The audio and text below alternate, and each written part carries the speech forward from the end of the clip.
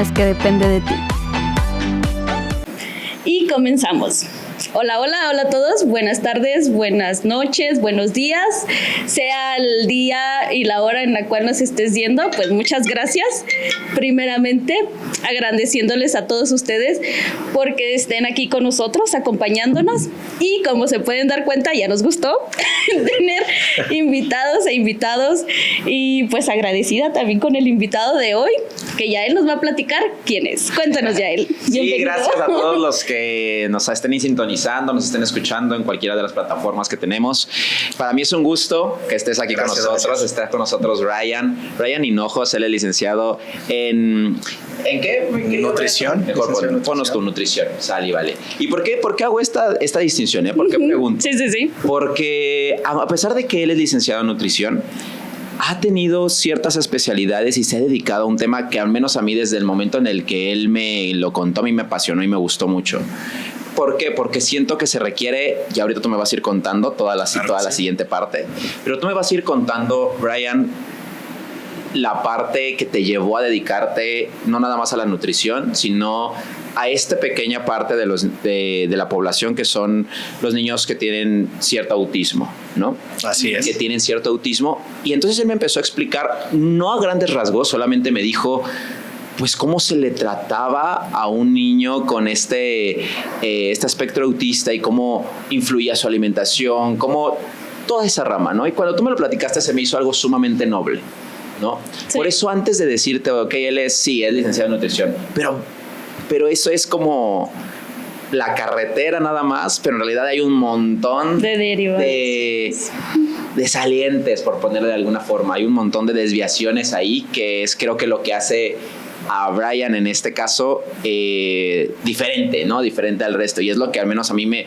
llama mucho la atención, porque pues obviamente yo estoy en el tema del desarrollo humano, la inteligencia emocional, la psicología, y pues obviamente conozco este espectro autismo, esto de lo que es TDA, lo que es toda esta parte, ¿no? Pero no es mi fuerte, no es a fondo, no es lo que yo comparto. Pero ahora, aparte de eso, llevarlo a la nutrición, aparte de eso, ¿verdad? Llevarlo a los padres, cómo tratar esa parte, cómo poderlo alimentar. O sea, es algo que a mí me voló la cabeza y no pensé dos veces en decirte, Brian, pues acompáñanos al podcast a ver qué nos puedes aportar. Seguramente sé que son muchas cosas de valor, Brian. Entonces, pues cuéntanos. Ya a grande lado yo dije, ok, licenciado en nutrición, pero tú cuéntanos todo lo demás. Okay, cuéntanos perfecto. A qué te dedicas, qué pasa, qué sucede. Pues, muchas gracias antes que nada por la invitación. Gracias. Te agradezco mucho el espacio, ¿verdad? Realmente el autismo es, como bien dices, es un área muy noble y es un área muy complicada, es un área muy compleja. El trastorno del espectro autista, llevarlo a la nutrición ha sido completamente un reto personal. Realmente fue muy complicado, porque básicamente la información existente basada científicamente es casi nula, ¿no? Uh-huh. Entonces te hablo de que fue un trabajo que me llevó alrededor de 2 años, que fue mi tesis de la universidad, que ha sido realmente muy gratificante en lo personal, ¿verdad? Ya rasgos personales, yo me dediqué y me gustó mucho esta área por uno de mis sobrinos, que tengo un amor inmenso, increíble, y realmente fue la motivación que yo tuve, ¿no? Para conocer e indagar más esta área. Realmente el autismo y la nutrición tienen muchísimo que ver, están muy relacionados en la cuestión de aspectos conductuales. Eso es algo muy, muy complicado de entender y aterrizar, sobre todo con los padres de familia, ¿no? En ocasiones me preguntan, Brian, el autismo, hay muchos mitos, ¿no? Que piensan que el autismo es una enfermedad, etcétera, y no. Como tal, siempre yo hago la diferenciación entre trastorno y enfermedad. Trastorno es una serie de síntomas que no necesariamente pueden ser clasificados como una patología o una enfermedad, ¿verdad? Ok. Y una enfermedad, pues, un síndrome sí cae en lo que viene siendo una enfermedad. Esa es la diferencia a grandes rasgos. Okay. Entonces, el trastorno del espectro autista, ¿qué es lo que lo caracteriza? Más que nada los aspectos conductuales. Es decir, los niños empiezan a tener ciertos aspectos conductuales. Se ve muy común que empiezan a tener conductas repetitivas. Eso es como una pauta clave, ¿no? En el autismo. Y luego el niño no hace contacto visual, y luego el niño empieza a tener ciertos comportamientos que no son de un niño, que hoy se utiliza mucho el término neurotípico, ¿no? Claro. Es para la comunidad normal, por así decirlo, y neurodivergente, pues para aquellas personas que tienen algún trastorno del neurodesarrollo. Que al final de cuentas, esto es el autismo, un trastorno del neurodesarrollo. Fíjate que está padrísimo lo que dices, porque justamente eso es como tu carta de presentación, es saber cómo por dónde cómo presento esto, ¿no? Uh-huh. Soy licenciado en nutrición, pero esto es mi fuerte, ¿no? Así es. Entonces, efectivamente, porque con todo esto que tú dices de los nuevos adjetivos que se le ha puesto, ¿no? Neurodivergente, he leído ahí hasta de los 5 lenguajes del amor neurodivergentes, o sea, ya hay una rama grandísima, sí, que la cual la verdad es que no es que conozca todas las ramas, pero el hecho de hoy que nos puedas venir acá a informar cómo llevar la nutrición, porque supongo que no nada más es a la personita que tiene el trastorno, sino la familia, ¿no? Así es. Sino el núcleo, porque sé que todo lo que conlleva, lo que importa mucho en la vida de un ser humano es el contexto en el que se mueve, el núcleo. Y obviamente eso deriva muchas cosas, ¿no? Así es. De hecho, prácticamente donde empieza a cambiar la nutrición y en el enfoque que yo me di cuenta que funcionaba mejor la nutrición en el autismo era a través de la educación. Educar a los padres de familia para cambiar ese entorno, ese contexto familiar sobre la nutrición y la alimentación. Usualmente, y se lo digo por si algún colega ya va a ver esto, yo he tenido sin fines de pacientes, niños con autismo, que llegan y la mamá piensa que pues vamos a tener el tratamiento nutricional convencional, es decir, tú acudes conmigo, yo digo pues estas son tus necesidades energéticas, así lo vamos a suplementar, a cubrir con este menú, estos platillos. ¿Por qué no funciona en el autismo? ¿Por qué no? ¿Por qué es tan complicado? Es una pregunta que me hacen mucho los padres de familia. Oye, Brian, ¿por qué no lo haces de esta manera? Porque hay un sinfín de comorbilidades que acompañan al autismo. Entre ellas, trastornos gastrointestinales que vienen de deficiencias en el metabolismo. Claro. Entonces, eso es lo que empieza cuando ya entiendes de dónde vienen los problemas de alimentación en el autismo, uh-huh, que fue más que nada lo que quise investigar, fue cuando entendí que los tratamientos nutricionales habituales no iban a funcionar. Claro. Pues ahora sí que teníamos que innovar, y para ser sincero, el 90% del trabajo lo hace papá, lo hace mamá, porque ellos son los que están en casa con el niño, la niña o el adolescente cuidando su alimentación, ¿verdad? Que lo ideal sería pues tuviéramos todos un nutriólogo en casa y que nos ayude a estarnos verificando nuestra alimentación. Y luego pues lo interesante aquí es por qué es tan difícil. Bueno, en el autismo hay 2 condiciones que nosotros lo conocemos como enteropatía autista. Okay. Dicen que es la enteropatía autista. Básicamente nos referimos a la parte del intestino delgado, que si nosotros describimos el aparato digestivo, es un tubo, literalmente. ¿Qué funciones tiene? Obviamente recibir alimento, hacer el proceso de digestión, absorción de nutrientes y desecho de lo que no podemos metabolizar o aquello que ya no nos sirve. En grandes rasgos es lo que hace. Okay. En el autismo hay 2 condiciones anormales que se ha detectado, y hoy sabemos que esta enteropatía autista viene de la permeabilidad intestinal que presentan al nivel de intestino delgado. ¿Qué quiere decir permeabilidad intestinal? Uh-huh. Que pasan sustratos o componentes que no deberían pasar. ¿Y cuáles son? Específicamente que muchas veces si buscamos nutrición y autismo nos va a aparecer casi por regla de oro nutrición libre de gluten y libre de caseína. Claro. Ahí es donde siempre por regla de oro buscamos nutrición y autismo, nos sale eso. Uh-huh. Pero lo interesante viene, ¿por qué? Bueno, hoy sabemos que hay una deficiencia enzimática. Yo describo las proteínas, que el gluten y la caseína son proteínas. El gluten, proteína de algunos cereales. La caseína, proteína de la leche de vaca específicamente, ¿verdad? Que son las que hemos visto que interactúan, mejor dicho, con estos pacientitos.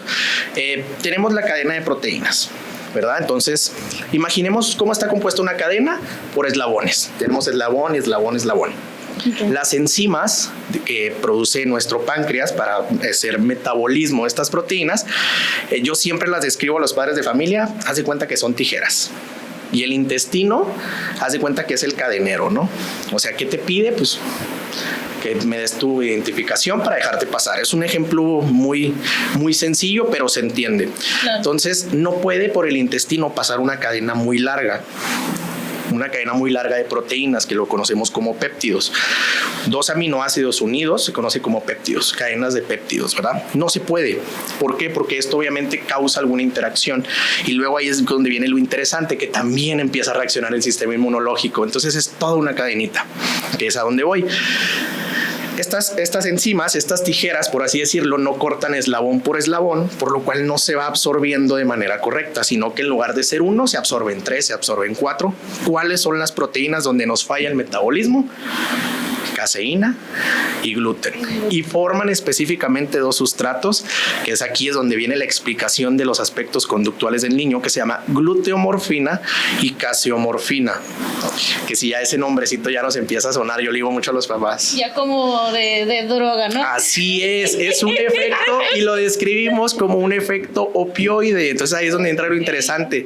Los niños con autismo tienen un efecto opioide a través de la alimentación, obviamente sí, y luego empieza a tener el niño pues una sobreexcitación neuronal, sí, y su sistema nervioso se vuelve loquísimo. loquísimo. Es cuando colapsa, ¿no? Obviamente, lo llevamos al punto de colapso. Y lo difícil es que también cuando tenemos la presencia de estos péptidos a nivel intestinal, nuestro propio sistema inmunológico empieza, específicamente los de la caseína, los del gluten, perdón, empiezan a actuar reaccionando, ¿no? Y se genera una inflamación crónica y luego se generan problemas muy similares a la enfermedad celíaca, que es estas personas que tienen intolerancia al gluten, ¿no? Entonces muchas veces se piensa que tiene autismo, tiene enfermedad celíaca. No es cierto. No. Muchas veces viene esta interacción. Y luego, ¿qué pasa? Los padres de familia dicen, yo fui con un nutriólogo, y que muchos nutriólogos no saben esto y no entienden. Cuando, insisto, si no sabes de dónde viene, va a ser muy difícil que tenga las herramientas para dar un buen criterio clínico después, ¿no? Un buen tratamiento. Claro. Entonces, lo difícil es que, imagínate, le quitas de golpe el gluten y la caseína, pues le pasa lo que un adicto. Por su...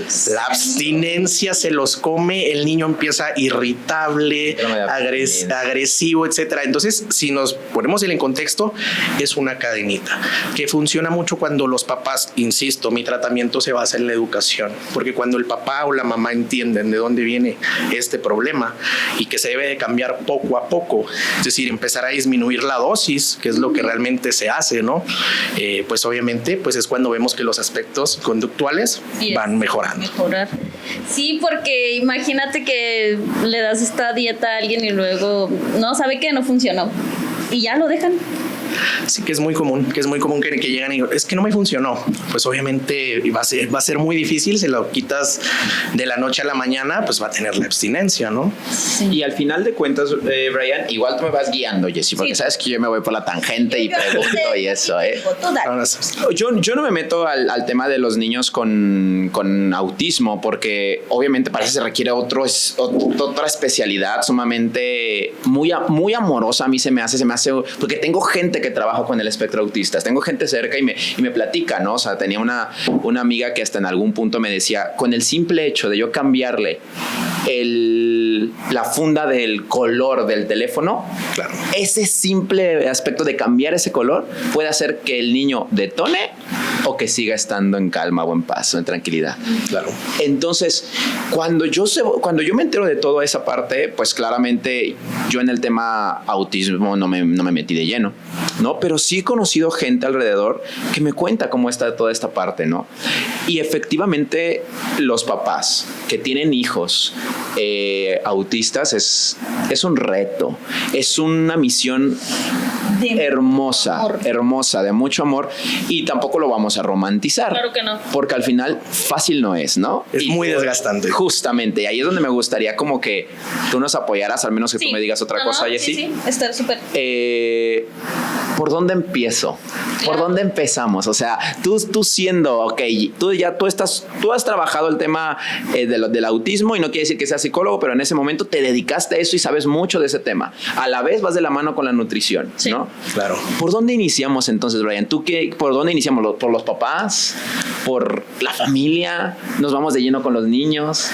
Muchas veces, y lo que a mí me funciona es que la primera consulta lo hago en el entorno del niño y entonces empiezo a conocer un poquito más el núcleo. Insisto, en esta área ahora sí que tuve que ir a prueba y error, claro, viendo qué me funcionaba mejor, qué no, pero definitivamente era cambiar el manual que ya se tenía en la nutrición y que así lo manejamos de esta manera, era cambiar el manual.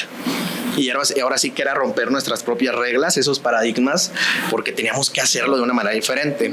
Y que influye mucho precisamente con los padres de familia. El reto o el gran reto que yo he visto es la negación, que es el principal reto y obstáculo que hay. La negación de que me niego. Mi hijo no tiene esto, mi hijo está bien, va a ser una persona completamente neurotípica, etcétera. La negación es algo muy complejo, que de hecho, si ponemos en estadísticas científicamente, hay una gráfica que me gusta mucho, que la tengo ahí por ahí, una investigación, se las voy a pasar si la gustan poner aquí. Sí. Adelante, estaría claro, excelente. Sí. Abajito. Básicamente lo que dice la gráfica es, entre más temprana edad yo detecte autismo, más alto grado de independencia va a alcanzar la persona. Es decir, si se hace una intervención a temprana edad sobre el autismo, pues obviamente pues su grado de independencia va a ser mayor, pero sí influyen muchos factores. Eso es un hecho.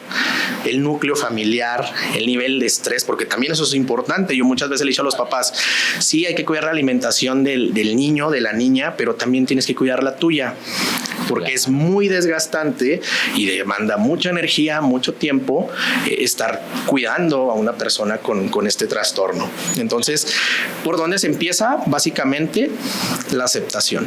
Hacer que papá, mamá acepten que hay un problema y que obviamente yo siempre les he dicho, mira la nutrición como otra terapia más, como aquellas terapias del habla, como aquella terapia conductual, como la equinoterapia. Le dije, mira la nutrición como otra terapia más. Entonces, yo creo que es ahí donde entra el verdadero reto, porque insisto, muchos papás en ocasiones dicen, no, yo no puedo por la cuestión de la paciencia. Entonces, también eso es otro gran consejo que les doy, sean pacientes, porque esto no es de la noche a la mañana, es un proceso, pero también hay papás que han sido muy perseverantes y que al final del día dicen, Brian, sí noté muchos cambios en el aspecto conductual. Entonces, obviamente es un proceso y es difícil, sobre todo, tratar con la abstinencia más que nada de los niños. Totalmente, porque justamente creo que diste en el clavo la paciencia, pero aquí podemos citar también, como el podcast anterior que hablábamos del duelo, porque ahí va otra. También existe ese duelo cuando se caen tus expectativas de que tu hijo van a ser, pongámosle, ¿cómo le podemos poner? Van a ser sin ningún tipo de trastorno, ¿no? Y entonces de repente te enteras o empieza a tener estos comportamientos, requieren caer esas expectativas. Y esas expectativas es lo que hablas, la aceptación. Así es. Y obviamente eso duele, o sea, no estoy romantizando que este proceso sea fácil o sencillo, pero sí creo que los padres que llegasen, porque me ha tocado, ¿no? Los padres que han llegado a dedicar a sus hijos en el tema del autismo, a dedicarse a ellos, es un trabajo de mucho corazón, pero no es fácil. Y sabes, yo creo que más que dolería, yo que hablo como, ahora sí que de la parte de mamá. Ándale, a ver. Esta parte de, sí, tal vez mi hijo, mi hija no tiene esta neurotipicidad y voy a temer por él, ¿sabes?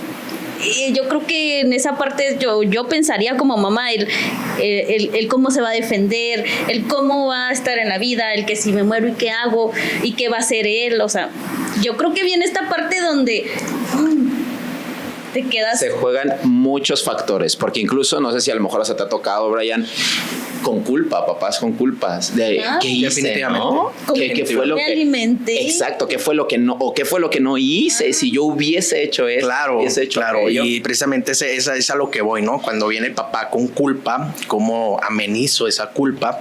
Pues les explico que hay múltiples factores que no son su culpa.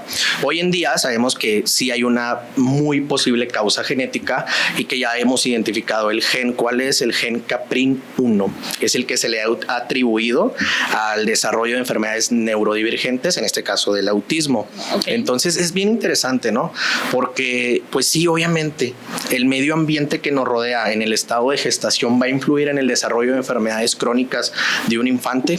Sí, completamente, y lo sabemos científicamente. Obviamente si mamá toma alcohol, fuma, si está en una vida laboral muy estresante, que hoy sabemos que madres de familia pues ya se incluyen al mundo laboral, eso ya es algo completamente normal en nuestra realidad, y pues obviamente ese estrés también tiene un efecto en la gestación, obviamente. Entonces si vemos una relación 4:1, se presenta 4 veces más en los varones que en las mujeres, y de aquí precisamente fue cuando surgió pues ahora sí que la hipótesis de que podría ser de origen genético, y pues hoy en día sabemos que se le atribuyó el gen CAPRIN1. Entonces sí es bien interesante esto. Y la verdad es que, bueno, es que ya si nos metemos en todo lo emocional y en todo lo celular y en todas las inteligencias que vienen de atrás, sí. Justamente ahorita estoy leyendo un libro que se llama Este dolor no es mío, de Wally, no recuerdo bien su nombre, pero habla precisamente de todas esas genéticas que vamos nosotros heredando, y que al final de cuentas el estrés es heredado de 7 generaciones antes, los miedos, las frustraciones, los traumas. Prácticamente te dice que ahorita los traumas que tienes ni son tuyos, ¿no? O sea, son de tu legado, sí. Familiar. Entonces no nos metemos ahí porque nos desviaríamos del tema, pero me parece grandioso lo que dijiste de que entre más pronto puedan los padres aceptar las condiciones, vamos a poderles dar una mejor vida a los hijos, sí. Porque van a ser más pequeños, y me parece sumamente lógico. Pues claro, pues si yo empiezo a educar desde pequeño, no es lo mismo cuidar un arbolito ya que creció y que hizo un ramerío a irlo preparando desde poquito, ¿no? Y aparte, bueno, yo creo que en esta parte que dijiste del opioide, ¿opioides? Yo creo que entre más edad pues también batallan más para adaptarse a estos alimentos. Sí, obviamente. Incluso algo que también preguntan mucho: oye, Brian, ¿por qué hoy en día tenemos más casos de autismo? ¿Por qué hoy en día que es una epidemia, una pandemia el autismo? Entonces uno le haces entender, no es una epidemia ni una pandemia, tranquilízate. Le dije, y 2, siempre ha existido. El psiquiatra Eugene Bleuer lo describía en 1911, fue cuando se empezó a implementar el término de autismo, pero no como tal autismo, sino que él lo describía como un tipo de esquizofrenia, personas que se aislaban socialmente. Entonces desde muchísimo tiempo atrás, lo único que pasa y la diferencia es que ahora se le da un poquito más de enfoque, y entonces se empiezan a desarrollar más técnicas, más criterios diagnósticos, y obviamente pues se detectan más casos, no es que haya más. Y la aceptación, ¿no? Yo Así creo que es. entre la sociedad y los mismos padres, de decir, sí, mi hijo tiene el espectro autista, ¿qué hago?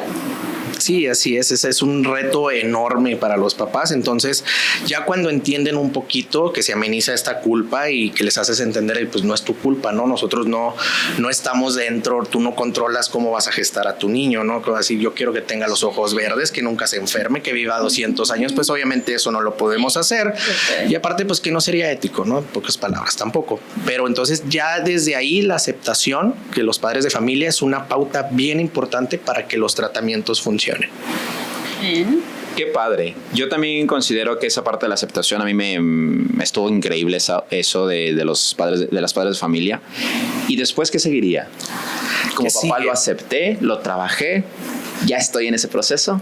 Ahora sí sigue lo que viene siendo la nutrición. Okay. Básicamente es yo ir a conocer el medio, cómo está papá en ese nivel de aceptación. Ya una vez que ya lo tengo, que ya sea que ya lo aceptó, ya sabe, está dispuesto a trabajar, que usualmente, y me atrevo a decirlo abiertamente, es mamá la que tiene el acercamiento conmigo. Usual, o sea, 99% ha sido mamá la que tiene el acercamiento, y pues también los niños se ve que son más apegados a mamá. Entonces, y una vez que entienden, empezamos con los temas de nutrición y temas bien sencillos, ¿eh? Por ejemplo, sabes leer etiquetado de alimentos y luego cuáles colorantes, qué aditivos no le debemos dar, qué no son recomendables, etcétera. Vamos entrando más en detalle, más en profundo en la nutrición. ¿Para qué? Para que mamá desarrolle técnicas y habilidades que pues digan este alimento sí, este alimento no. Ok, ahora entiendo. Por eso decías, los educo Así en la alimentación. Así Como es. tal, yo les prescribo una dieta de dieta blanda, dieta dura, sino realmente Sí, ¿por qué? Porque tuve que cambiar el esquema, porque si yo le doy un plan de alimentación, mamá se va a ir con la idea de el nutriólogo me va a resolver el problema. Claro. Entonces no lo vamos a resolver, solo vamos a poner en pausa, porque pues mamá va a estar esperanzada que el nutriólogo le esté dando menús.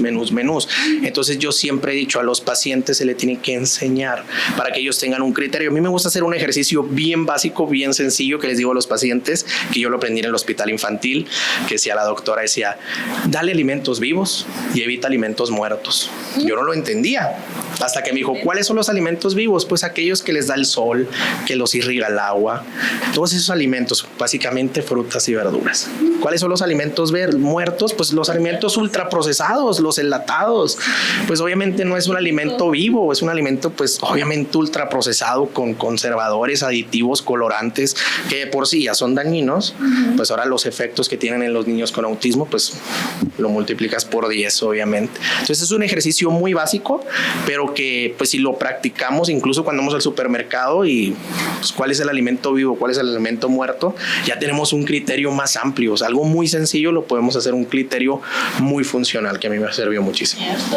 Y fíjate que eso que dices lo encuentras también en los 7 hábitos de la gente altamente efectiva. Uno de los primeros hábitos es explicar a la persona cuál es el resultado, cómo llegar al resultado sin que copie tu metodología, porque metodologías hay muchísimas para dar un resultado y cada quien tiene el derecho de sentirse mejor con qué metodología vas a elegir. Entonces, ahorita que tú lo dices, los educo, está padrísimo, porque efectivamente tenemos que dar este resultado. ¿Cuál es el resultado? Pues obviamente yo creo que mi hijo esté lo más estable posible, ¿no? Lo más en paz posible. Y entonces, porque hoy me cae el 20, ¿no? Lo que normalmente tú esperas cuando vas al nutriólogo, ¿qué es? Que me dé la dieta y que me diga qué comer, ¿no? Que me diga qué comer, porque lo acepto. O sea, yo en ese tema nutricional sí, a mí dime qué como, a mí dime cuánto y ya. La verdad es que no me interesa y lo siento, Martita, si ves este podcast, que cuánto de las porciones, a mí dime cuánto como, ¿no? Y no me interesa más allá. Y ahí estoy hablando pues a lo mejor de mi cuerpo, de lo mío, ¿no? Pero imagínate cuando se trata entonces de aprender a educar, qué es lo que como papá tú requieres para que tu hijo pueda procesar de mejor manera los alimentos, las emociones, y como tú dices, una cadenita, ¿no? Lleva una cosa a otra y a otra y a otra y a otra. Es un reto más grande y tú lo que haces entonces es mostrar, es enseñar, es educar literalmente para que se dé el resultado, que es lo que normalmente en las empresas se supone que se debe de procurar. Mostrar cómo para dar un resultado. Ya no es el mecanismo, ya es esto es lo que tenemos que hacer para llegar acá. Tú ve cómo le haces. Así es. Sí, mucho de esto, como insisto, 90% depende de papá y mamá, pero pues ese es el contexto bonito, ¿no? Por así decirlo, porque realmente autismo siempre viene acompañado de fobias alimentarias, de alta selectividad alimentarias, de texturas, de aromas, colores, y es donde entra también el tema de que papá viene bien frustrado y que mi niño sonará extremista, pero es real. Mi niño solo come 5 cosas. Y pasa, y es más común de lo que se cree, como 5 cosas. Entonces yo le digo, bueno, vamos a tener que hacer dinámicas diferentes. ¿Qué les pongo a hacer? Ponte libros de colorear de frutas, verduras, lo que quieras. Llévalo al supermercado. Háblale, que eso es algo súper. Los niños a veces, yo les digo al papá que no te responda o que no te conteste, no significa que no te entienda. Él te entiende perfectamente y te entiende hasta las reglas de un juego, porque yo lo he hecho. Entonces, háblale, ¿para qué es este alimento? ¿Qué colores? ¿Qué platillos puedes hacer? Háblale, estimúlalo. Mucho de esto es estimulación, insisto. Se tiene que empezar a ver a la nutrición en el autismo como otra terapia más. Entonces yo le digo a los papás, preséntale el platillo. Sí, te lo va a rechazar, obviamente te lo va a rechazar, pero de tanto presentárselo llega un punto que el niño dice, pues bueno, lo voy a probar.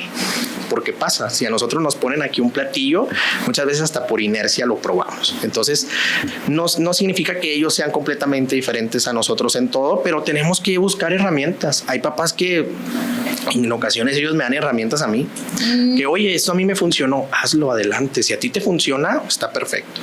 Insisto, mucho de esto es a prueba y error, a prueba y error, a prueba y error, y el principal factor aquí es la paciencia de papá y mamá sobre la importancia que tiene la alimentación. Por eso empiezo más que nada explicándoles los problemas que hay en el autismo y pues los trastornos gastrointestinales que hay detrás, que es bien usual esto, o sea, los niños con autismo, me atrevo a decir que más del 80% tienen algún trastorno gastrointestinal, llámese diarrea, estreñimiento, flatulencias, dolor, distensión, etcétera. Es muy alta la población que tiene algún problema gastrointestinal. Pues es que al final de cuentas estamos conectados, ¿no? Dicen que bien nuestro segundo cerebro es el estómago, ¿no? Sí, de hecho, así lo describimos también. La nutrición es completamente autónomo. Sí, o sea, al final es cuerpo, mente y alma, ¿no? Y es que está muy padre porque si lo podemos ver desde el cuerpo, ok, aquí está el tema de la nutrición y de cómo vamos a trabajarlo, ¿no? Si le podemos hablar del tema psicológico, ok, todo lo que ocasiona acá arriba y toda la parte neuronal que también pasa con estos pequeños, ¿no?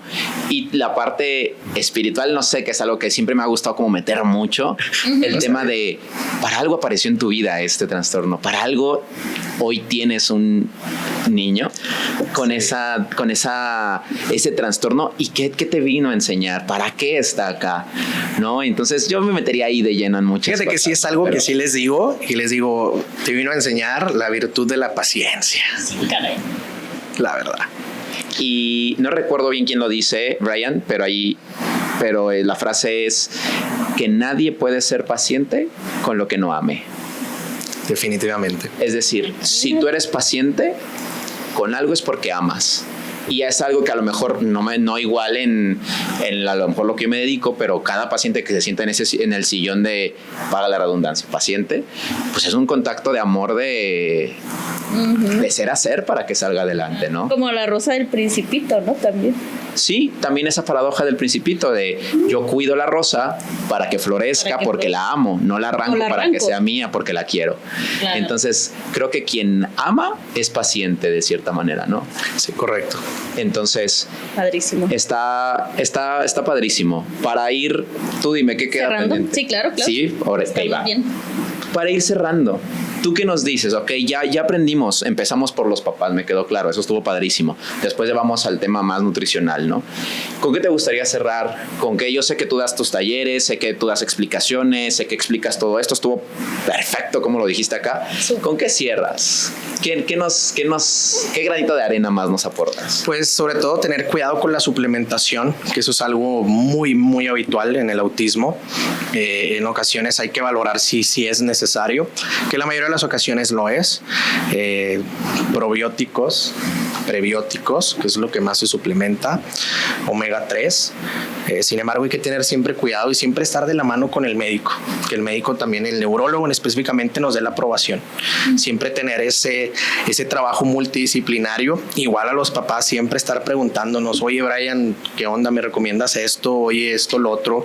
Preguntar al neurólogo, a los terapeutas, al nutriólogo. Es un trabajo multidisciplinario donde pues todos los profesionistas tenemos que tener la sencillez de estar aprendiendo y tener comunicación. De hecho, es algo muy bueno tener comunicación también con los otros profesionistas que están tratando al paciente.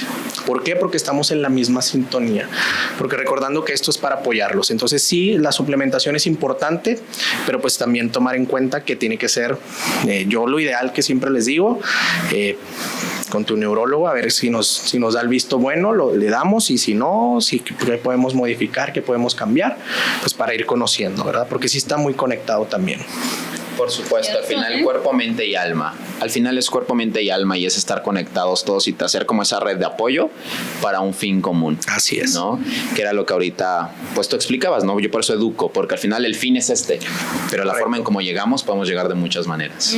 Que es ahí donde siempre hemos dicho, ¿no, Jessy? Que todos los ríos van al mismo mar, al mismo mar de la conciencia. Entonces, qué padrísimo, Brian, padrísimo. Me da mucho gusto tenerte acá. Siempre me gustó mucho como el corazón que le pusiste a esto desde que me platicaste. No sé, a mí me pasa que cuando alguien me cuenta como lo que le apasiona, los ojos le brillan y es como, es ahí. Por eso es que me agarro, ¿no? Entonces, qué padrísimo, Brian. Gracias por acompañarnos a estar acá. Brian, de verdad. ¿Cómo ves? ¿Con qué quieres cerrar tú, Jessy? ¿Tú cómo estás? ¿Qué piensas? ¿Te explotó el cerebro también o qué? Sí, o sea, literal cuando ya me platicó, yo dije, sí, está bien padrísimo. Leí los temas, ahí más o menos investigué y dije, no, sí, me gusta. Perfecto, invítalo. Y me quedo con esta parte de la educación de los padres, porque yo he visto varias personas de mi entorno que tienen hijos con este espectro y el amor que le ponen.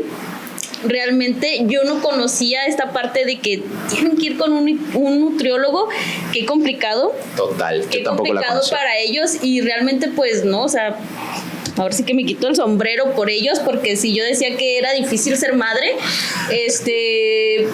con un niño con este espectro, yo sé que es aún más y es darle todo el amor y pues no, muchas felicidades a todas ellas y a los padres también. Y contigo, Brian, pues la verdad que muchas felicidades también, porque es un trabajo bien bonito, me gustó mucho, de verdad, muchas gracias. Pues realmente vamos empezando en esto y les agradezco mucho la invitación, y a él te lo agradezco muchísimo, el darme el espacio, sobre todo pues el objetivo es de que también la gente conozca que también está esta área, ¿no? Que también esta área es un área de oportunidad que realmente no se ha aprovechado como tal, porque pues la verdad es difícil y no cualquiera le gusta lanzarse al reto, ¿no? Que es un reto muy grande, pero pues muchas gracias por el espacio, se los agradezco mucho. Y que no están solos, ¿verdad? Justo. Ay, estamos conectados. ¿Por qué era lo que iba? Yo iba a darte claramente a ti las gracias, Brian, por ser pionero a abrir en esto. Porque pionero en mi vida, porque yo no conocía antes, ¿sale? Gracias al final de cuentas, Jessy, porque eres también el conducto para que todo esto llegue. Y como yo siempre he dicho, ¿no? Nosotros dentro de este espacio ponemos las herramientas al centro y ya quien quiera tomarlas. En algún punto, Jessy, hablamos sobre el antes de ser madre, soy mujer. Pero hoy con el tema del autismo, imagínate lo importante que es que tú como papá, como hombre, como mujer, seas antes de cualquier cosa eso mismo, mamá y hombre, perdón, mujer y hombre. ¿Por qué? Porque entonces si tú eres el mejor hombre o la mejor mujer, vas a poder regalar la mejor versión a los tuyos y por ende a tu hijo. Claro. Entonces, pues yo me sumo si en algún punto alguien de los papás se te atora en algo emocional, ahí sí puedo entrarle, porque eso sí conozco, Brian. Entonces, te lo agradezco mucho. Ahí yo le entro porque yo sé lo que es el tema del pequeño duelo que se lleva en el momento en el que tu hijo no sale con las características que tú esperabas, porque también, por ejemplo, hay duelos cuando tienes las expectativas de un hijo heterosexual y resulta que es homosexual. También hay un duelo, Entonces, todo eso sí lo conozco y sí lo podría apoyar. Y en cuanto al tema de la nutrición, pues todos tuyos. La verdad, gracias por estar acá. Una invitación a todos a los que escucharon esto, si tienes o conoces a alguien que tenga este espectro, alguien que a lo mejor batalló en algún momento, alguien que le pudiese funcionar, compárteselo, porque ese es el punto, que entre más seamos y más conozcamos, pues mucho mejor. Brian aquí nos abrió el panorama grandísimo en eso y pues listo, ser esa red de apoyo. Ser esa red de apoyo. Completamente. Yo apoyo en lo emocional, ahí está en lo nutricional, Jessy puede comunicar, ahí hablamos en lo espiritual también, porque insisto, si tú me das rienda por lo espiritual, yo te digo, para algo llegó ese niño a tu vida, algo tienes que aprender, algo se quedó de magia ahí, son niños mágicos, no lo romantizo, pero sí vienen a enseñar muchísimo a nosotros. Sí, totalmente. Brian, platícanos, bueno, más bien dinos tus números y redes sociales, donde la gente que te ve puede... Ok, perfecto. Bueno, pues tengo mi página que se llama Nutriautism, también mis redes sociales personales, Brian Hinojos, se escribe con Y y H. Mi número pues, específicamente para mis pacientes es el 656-302-1555. Ahí es donde pueden contactarme con mucho gusto y pues estamos para servirles, y de nuevo pues les agradezco enormemente la invitación. Muchas gracias a ti. Un placer, querido Brian. Ahí está, contáctalos si algo les funciona. Y pues gracias, Brian. Gracias nuevamente por estar acá. Jessy, muchísimas gracias por ser conducto. Gracias a los que nos sintonizaron. Y recuerden que al final la mejor o la peor de las noticias es que... Depende de ti. Gracias. Hasta luego.